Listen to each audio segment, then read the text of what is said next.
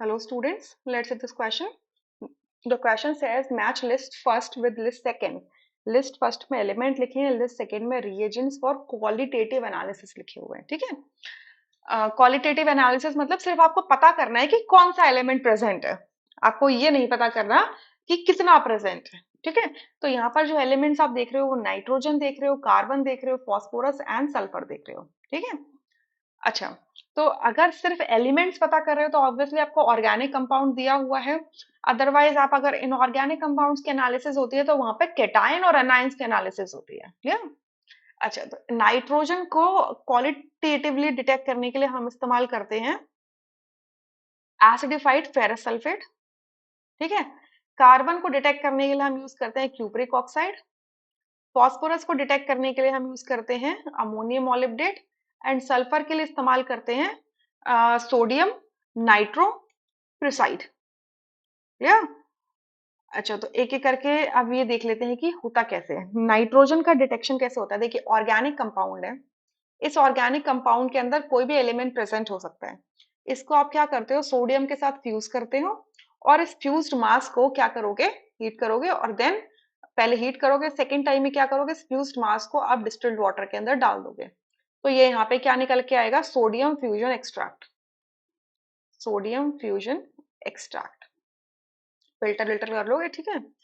अच्छा, ये जो सोडियम फ्यूजन एक्सट्रैक्ट है, अगर इसमें ऑर्गेनिक कंपाउंड में आपका नाइट्रोजन प्रेजेंट था तो वो साइनाइड के फॉर्म में बाहर आता है।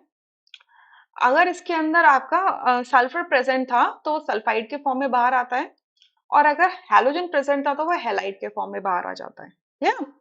अच्छा, तो अगर साइनाइड को अगर हम ले लें तो साइनाइड का रिएक्शन हम किससे कराते हैं, सबसे पहले फेरस आयन से कराते हैं। एसिडिफाइड फेरस सल्फेट लेंगे तो फेरस आयंस के साथ रिएक्शन होगा, तो यहाँ पे कॉम्प्लेक्स बनेगा FeCN6 4 नेगेटिव हेक्सासाइनिडोफेरेट 2, ठीक है। और ये कॉम्प्लेक्स क्या करेगा, फेरिक आयंस के साथ में रिएक्ट करेगा। अब ये फेरिक आयंस कहाँ से आएंगे, फेरस आयंस, कुछ फेरस आयंस ऑक्सीडाइज हो जाएंगे, किससे, इसमें जो एसिड ले रहे हैं वो एक्चुअल में कॉन्सेंट्रेटेड सल्फ्यूरिक एसिड होता है, ठीक है। तो ये क्या करेगा, ऑक्सीडाइज कर देगा। आपको पता है कॉन्सेंट्रेटेड H2SO4 बहुत अच्छा ऑक्सीडाइजिंग एजेंट होता है, तो फेरस आयंस को फेरिक में ऑक्सीडाइज कर देगा।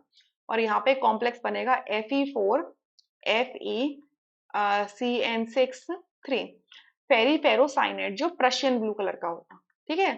तो इससे पता चल जाएगा कि नाइट्रोजन प्रेजेंट था ऑर्गेनिक कंपाउंड में। कार्बन की डिटेक्शन कैसे होती है, अगर कार्बन प्रेजेंट है किसी कंपाउंड के अंदर, ठीक है। So let's say organic compound के अंदर प्रेजेंट है, सो उस ऑर्गेनिक कंपाउंड को CXHY लिख लूं मैं सिंपली, कोई भी हाइड्रोकार्बन है। तो इसको अगर मैं हीट करा दूंगी क्यूप्रिक ऑक्साइड के साथ में, तो ये कार्बन ऑक्सीडाइज हो जाएगा कार्बन डाइऑक्साइड में, एंड हाइड्रोजन ऑक्सीडाइज हो जाएगा वाटर में, और आपको एलिमेंटल कॉपर मिल जाएगा, ठीक है। अब इस कार्बन की जो डिटेक्शन होगी वो कार्बन डाइऑक्साइड को यूज करके होगी। इस कार्बन डाइऑक्साइड को हम ऑब्जॉर्ब करा देंगे किसमें, पोटेशियम हाइड्रोक्साइड में, ठीक है। तो पोटेशियम हाइड्रोक्साइड, जो आप क्या लोगे, एक यू ट्यूब लोगे जिसके अंदर ऑलरेडी पोटेशियम हाइड्रोक्साइड है, उसको प्रीवे कर लोगे। तो जब इसके अंदर अगर कार्बन डाइऑक्साइड हम ऑब्जॉर्ब कराएंगे तो इस प्रीवेड you tube containing potassium hydroxide का वेट क्या होगा, इंक्रीज हो जाएगा, क्लियर। तो यहां से आपको पता चल जाएगा कि कार्बन डाइऑक्साइड प्रेजेंट था।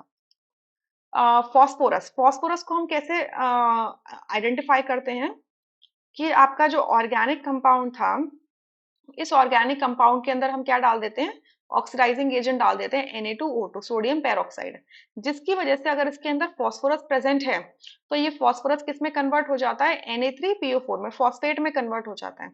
और इस फॉस्फेट को हम ट्रीट करते हैं कॉन्सेंट्रेटेड HNO3 से, जिससे ये कन्वर्ट हो जाता है H3PO4 में, फॉस्फोरिक एसिड में कन्वर्ट होगा।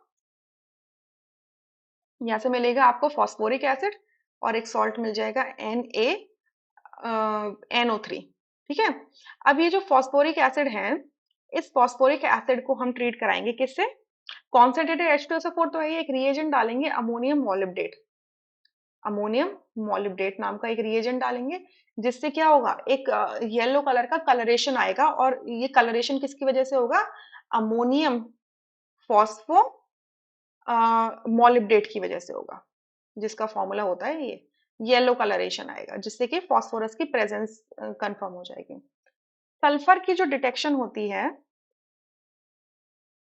सल्फर की जो डिटेक्शन होती है वो सोडियम नाइट्रोप्रोसाइड से होती है, तो अगेन सोडियम फ्यूजन एक्सट्रैक्ट लिया जाता है जिसमें सल्फाइड के फॉर्म में एक्सट्रैक्ट आउट होता है। तो अगर इस सल्फाइड का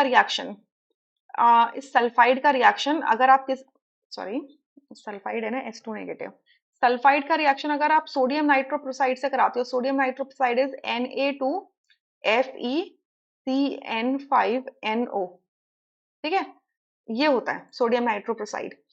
तो इसका रिएक्शन जब आप सल्फाइड के साथ कराते हो तो आपको एक वायलेट कलर का कॉम्प्लेक्स बनता है, जो जिसका फॉर्मूला आप ये ऐसे देख सकते हो, Na4FeCN5NOS, ठीक है, ये कॉम्प्लेक्स बनता है जो कैसा होता है, वायलेट कलर का होता है, वायलेट कलर, ठीक है।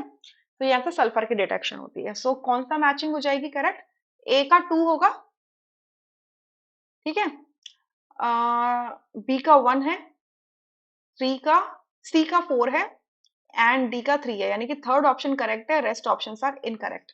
आई hope you understood this question really very well, thank you.